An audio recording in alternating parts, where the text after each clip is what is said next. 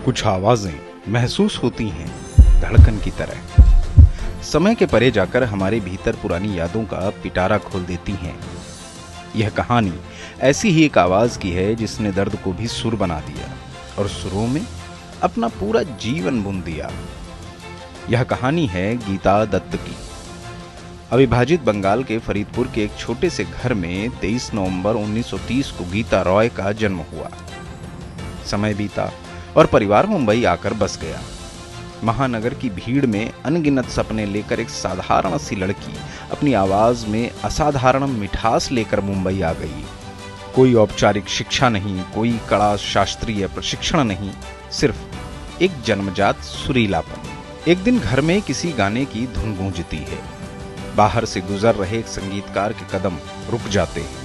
वह दरवाजा खटखटाता है और गीता रॉय को पहली रिकॉर्डिंग का मौका मिलता है।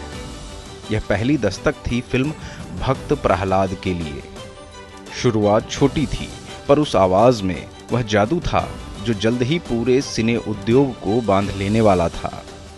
फिर आता है साल 1947, गीता के जीवन का पहला बड़ा मोड़। फिल्म दो भाई और गीत मेरा सुंदर सपना बीत गया। लोगों में इस बात की जिज्ञासा उठती है कि यह लड़की कौन है जिसकी आवाज में इतना दर्द है। धीरे धीरे गीता की आवाज की चर्चा संगीतकारों तक पहुंची। एस.डी. बर्मन, हेमंत कुमार, ओ.पी. नैयर, मदन मोहन, सबको गीता में वह खरा सुर मिला जो किसी और में नहीं था। उनके साथ गाए गीतों ने हिंदी फिल्म संगीत के उस स्वर्णिम युग को आकार दिया जिसे आज भी सर्वश्रेष्ठ माना जाता है। 1950 के दशक में गीता ने बाबूजी धीरे चलना, जाने क्या तूने कही, नन्ही कली सोने चली आदि गीतों को अपनी आवाज दी। जब गीता वक्त ने किया क्या हंसी सितम रिकॉर्ड कर रही थी, स्टूडियो में अजीब सी खामोशी थी। हर सुर में ऐसा लग रहा था कि गीता अपना पूरा दिल उड़ेल रही हैं। लोग कहते हैं कि गीत फिल्म कागज के फूल का था, लेकिन दर्द गीता का अपना था। इसी दौरान कहानी में आता है एक और नाम, गुरुदत्त। एक संवेदनशील निर्देशक, एक गहन कलाकार और एक ऐसा इंसान जो बाहरी दुनिया से ज्यादा अपने भीतर की दुनिया में खोया रहता था। गीता और गुरुदत्त ने 1953 के आसपास विवाह किया और गीता रॉय से गीता दत्त हो गईं। लेकिन हर प्रेम कहानी परियों की तरह नहीं होती।